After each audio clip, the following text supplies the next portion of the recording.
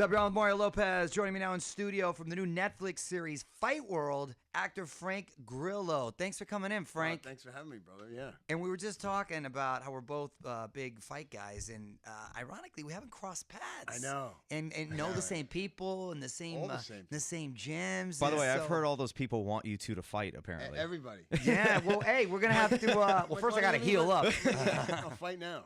Right, exactly. No, that's really cool, man. I mean, I always have the greatest amount of respect for people who appreciate combat sports and one, which I'm sure you feel the same way and just as passionate. Now, I haven't had the opportunity to see it yet, but I'm definitely going to check out Fight World. And for those who aren't familiar, tell me how the series works, because to me, just hearing about it, are you essentially Anthony Bourdain, but in the fight world? Yeah, I mean, I actually ripped him off.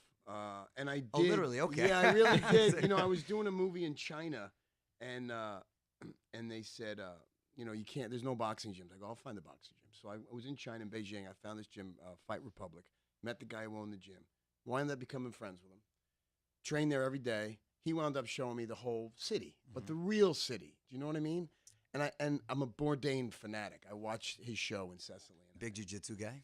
I'm a big jiu-jitsu guy, no, too. Bourdain was. He turned into a big jiu-jitsu guy. He did. And I said, you know, there's something here, because fight culture, you know, the brotherhood, we all know the brotherhood of fighting, it kind of transcends race and religion and certainly economic background. Absolutely. And it kind of brings people together. I mean, if you're willing to get in the cage or on the mat or in the ring, it kind of, everybody is the same. You're exactly And I'm right. like, it's kind of a show here. So my partner and I went and pitched it to Netflix. We had a relationship with them. They went, okay. Nice. And yeah, I went to 6 places. And, That's awesome. It was really cool. Yeah, and you're absolutely right about that. You can be hitting the bag next to a CEO and an ex-con on the other side. Yep. So everyone's equal, and I always say it's the purest form of sport, and It is. individual man on man. You know, Yeah. I've always been attracted to individual sports. I don't want to rely on anyone else's success. Me too. Always kind of for mine. challenging yourself. Yeah, exactly. And you keep growing as an individual. So where did your passion for fighting come from? How did it? I started. Did you grow up? Yeah, or? I started wrestling when I was 7. Okay. And when people were going to like camp when they were kids, I went to wrestling camp. Yeah. And I was just obsessed with wrestling. And from wrestling, I got into boxing. Wow, exact similar backgrounds. Yep, I got into boxing and then Muay Thai. And then in 1990, I moved to California and I met a dude named Hickson Gracie. Yeah. And he was training people in his garage in the Pacific Palisades. Wow. Before UFC, before any of that stuff. Legend. Yeah, before MMA. Trained with him for a long time. And then the movies that I started to do, coincidentally, became very fight oriented. And wow, just coincidentally, it huh? really was. That's cool. And I did a movie called Warrior. Love that movie. Yeah, That's yeah. right. You were Joel Edgerton straight. That's right. I love that movie. Very underrated movie. Very underrated I wish the UFC would have embraced it a little bit Dana more. hates the movie.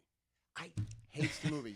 How can he hate the movie? I'll tell you what. There's politics involved. No, there. he thinks it's a bad representation of MMA fighters. He's Meanwhile, incorrect as far as a film. Khabib is jumping out of the ring. Right, exactly. But then I did a series called Kingdom that was on DirecTV. Yes. And Dana White was obsessed with it, and he came to set, and you know he dug that, but he felt that was a real representation. But it was an underrated movie. But it was a very underrated movie. He's been here too. Next time he comes, I'm gonna. He's a good dude. He is a good dude. I like him. But yeah, that's right. I really like that movie. And the Kingdom was good too. Kingdom was great. Yeah, underrated as well. But who cares? I mean, you know, when you're doing stuff that's sure. good, you just do it. Especially that you love. So it just sort of worked out that way. Look how it ironic. worked out that way. Now, as far as the show, you said you went to 6 different places. I did. I went to Brazil, but something happened in Brazil with one of the guys we were focusing on, and it prevented us from putting it on the air. Oh, yeah, it was unfortunate. But I was with Hoker Gracie out there. I was with Mario Bustamante, who's a Brazilian black team. Amazing jiu-jitsu guys. I rolled with Jose Aldo. I got to train with him in Day Day and that camp there. That's awesome. So you really get to train with these fighters and at the same time sort of absorb the culture and hang out. Yeah. That's awesome. Yeah, and then there's places. I went to Africa and they do this thing called Lamba. These guys are 6'8". It's ancient. They do it in loincloths. Is that the wrestlers? It's bare knuckle boxing into Greco wrestling. Yes. And when 2 points touch the sand, it's over. Yeah. So there's no ground fighting. Yes, I've seen that. It's amazing. That's hardcore. And these guys are they're gigantic Africans. and no weights. They don't lift weights. Yeah, they're naturally. Right. It's crazy. Dang, that's I know. crazy. So, where else did you go? You I went went Brazil, to Africa. I'm in Mexico City. I went to Tepito, Mexico. I was with Nacho Beristain. Oh, you had Romanza? Yeah, I was with Nacho for about a week. I was with Julio Cesar Chavez. I was Yes. with Chiquita Gonzalez. Right. Awesome. Carlos Zabata. I mean, some of the great Yeah. Mexicans. Yeah, That's so awesome. That was one of my favorite places because being a huge boxing enthusiast and I'm a Mexican boxing fanatic. Nice. So to be in the belly of the beast. Look at that. Yeah, it was amazing. Frank Grillo, man. I'm turning into a big fan right here. So, what place were you most surprised by? Israel. Hmm. Because we didn't go to, there wasn't a fight culture per se. The Krav Maga? Did you train with We the... trained Krav with the Special Forces guys. Got it. What real Krav Maga was Right. created for. And, it's a country that I had an idea about, but, these people are surrounded by 23 hostile nations that don't want them to exist. Exactly. So they're just warriors every day in Yeah, their lives. by All spirit, of them. They all go into the military, and their heads are on a swivel all Right. the time, and yet they live this kind of cosmopolitan life in Tel Aviv. It was really fascinating. It is. And I'm not fascinating, religious, but when you go to the wall, I had a Yeah. private showing of it. Kind of you can't help but feeling, okay, this is where this all began. Yeah. Yeah, no. Mario went. I Yeah. actually You were went this there. last year, man. You so did. it's pretty eerie the similarities both growing up and experiences recently. That's wild. Same thing. I happen to be religious, and so I really appreciated it. And you're right. They're essentially an island with countries surrounding them that hate them and want them dead. Yeah, don't So want 'em yeah, dead. no. Yeah. I went to Palestine too, and I got to see. Yeah, so well, the whole thing is fascinating, both from a spiritual aspect and just their way of life and the history and the culture there. But yeah, that's so cool, man. I definitely want to check this out. You'll definitely listen. You'll certainly get it and dig it. Right. And I'm surprised. Like I did it. It was, I hate to say that word passion project, but I did it because it was something that was I thought was really be interesting. Right. No, that's and the apropos. response has been overwhelming.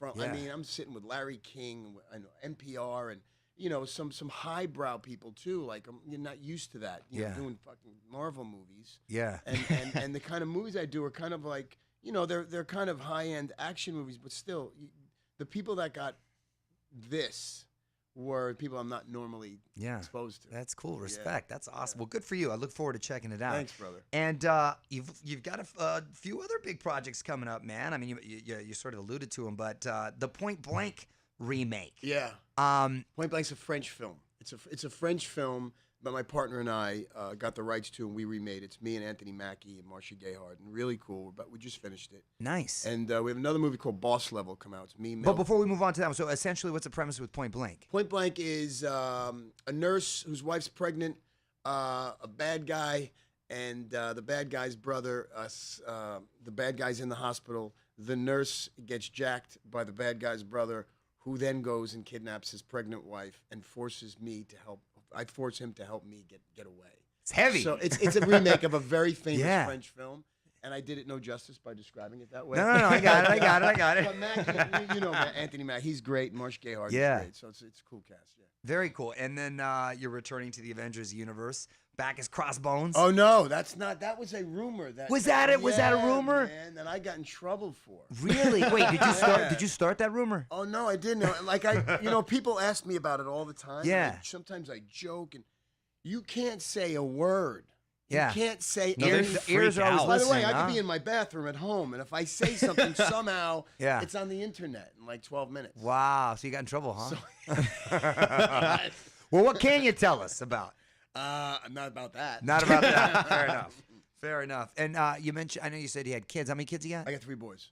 All boys, huh? Yeah. Nice, Yeah, nice. How old? 21, 14, and 21. 10. When'd you start? Yeah, When you were 12? 14,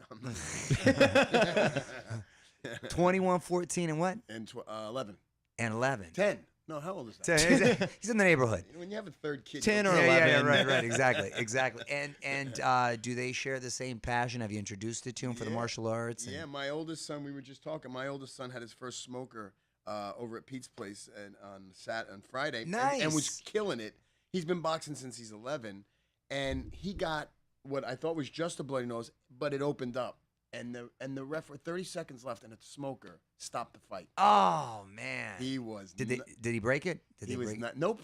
No, they didn't break. He They just just got a really bad. It was a bloody Laker. nose. Yeah. He's got a deviated septum from birth, and I don't know if that affected it. But Yeah. you know what he said to me yesterday? He goes, "Hey, Dad, I can breathe out of my nose now." Look at that. Yeah. Upside right there. Right? Nice, nice, man. And so you, as busy as you are, wouldn't you say one of the toughest things is carving out the time and being consistent with the training, because you're essentially not in charge of your own schedule, right? The hours are crazy. You know, things have progressed in my career, at least, to where I can dictate my schedule when I'm on a movie. So Really? so Nice. mostly. So I say, you know, But the days are still long, right? Yeah. I say I can't start till 8:30. Right, so It's a but good I'll move. work That's a with- power move and- right there. I but like though- that. but so that I can be at the gym at 5, Right. do my thing. I can Yeah. travel with a trainer, and then go to work. I like that move. It's not a bad move. I'm gonna have to incorporate that. Yeah, into the incorporate it in the next contract, contracts right? moving It's forward. the biggest thing. Yeah. So I'm over here squeezing in lunch hours to go train can't and the do whole that. I deal. can't I do like that. that, man. Yeah, Well, yeah, good yeah. for you. Yeah. All right, Frank, I'm gonna put you on the spot. Quick questions, quick answers, okay? Okay. Go-to karaoke song. Blinded by the light. Nice, nice. Manfred Mann. Manfred Mann. Bruce Springsteen wrote that. Did he? Yeah, 19 years old. He wrote that. All-time favorite fighter. Oh, Jesus. Did Jesus fight? Jesus is my all-time Hey. favorite fighter. Yeah, you know, hey, Willie he, Pep. he took the Willie Pep. long count at the end, but ultimately, give me top 3. Muhammad Ali, because I love Muhammad Ali. It's like I'm asking you your favorite kid. Over I here. know there's so many. Yeah, You know, I get it. You don't I wanna mean, do I it love to Sir. Bernard Hopkins. I love Julio Cesar Chavez. Can't go wrong with that list. You We'll can't. stop You right can't, there. right? I get it. Last movie you saw in theaters. Oh shit. I don't know. Oh, it was a kids movie. I just went to a movie with my kids. I forgot. I fell asleep. I don't go to the movie. Incredibles 2? Yes. There you go. There you Yes. go. Starting the most That was recent it. ones, That yeah. was it. Won them over. Went to Yeah, sleep. that was Celebrity crush growing up. Michelle Pfeiffer. What was the film? Grease 2? That's was- when I. it was When I fell for her was in Grease 2. Do you remember she was Grease Stephanie 2. Zanoni? No, wait, that this was had- prior to Scarface. You know who else? You're probably too young for this. Is Rachel Ward. Yeah, I know Rachel Ward. do? Of Okay. course, yeah. I I appreciate. feel I like am you're like flattered by how 27 years young old. you think I am. I love that. I feel like you're 27 years old. Number one. I feel like Frank neither Grillo of you know fan how now. old each of you are. Yeah, I'm and really. I do because it came up How earlier. old are you, by the way? You look great. 53. Oh, you look great, man. Yeah, That's I'm hanging on. That's young, by the way. Yeah.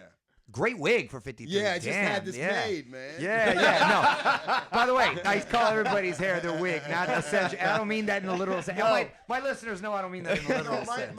my friends all make fun of me. They say, you color your hair and you have a wig. I'm like, first of all, if I had a wig, I wouldn't color my hair. Right. It's my hair, Right. and I have gray. I'm not going to color my hair. Wow, But no, if I'm I gonna did, lie. I would tell you. I do color it, and it is not a wig either. But yeah, But I'd be you like have all Anderson Cooper over here if I didn't. Right there. Seriously, you really don't paint? Never. Come on, Frank. I swear to 54. You got now what? 53. In the. Why are you aging me? Did you just say you were 54? 53. What Oh, are you missing? excuse me.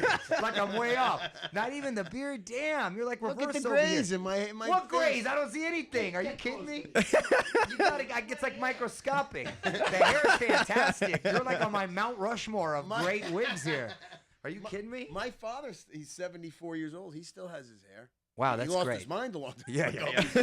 yeah. My dad's like Santa Claus, white. Is he? Oh yeah, I love go that. white. I hope I go white. Really? Yeah, I love white. The Kenny Rogers. I Okay. like it, Now, yeah. you got a long way to go. You might hit it at 70. New Year's resolution? To try to be a little more patient with my children. Oh yeah. God, Yeah, you and it's I not both. going to work. Yeah. You can always resolute. Yeah. Well, watch Fightworld on Netflix, and you can follow him on Instagram at Frank Grillo 1. Thanks for stopping by, Oh, man. thanks, Pleasure to brother. finally meet. Yeah, I know it is. On with Mario Lopez.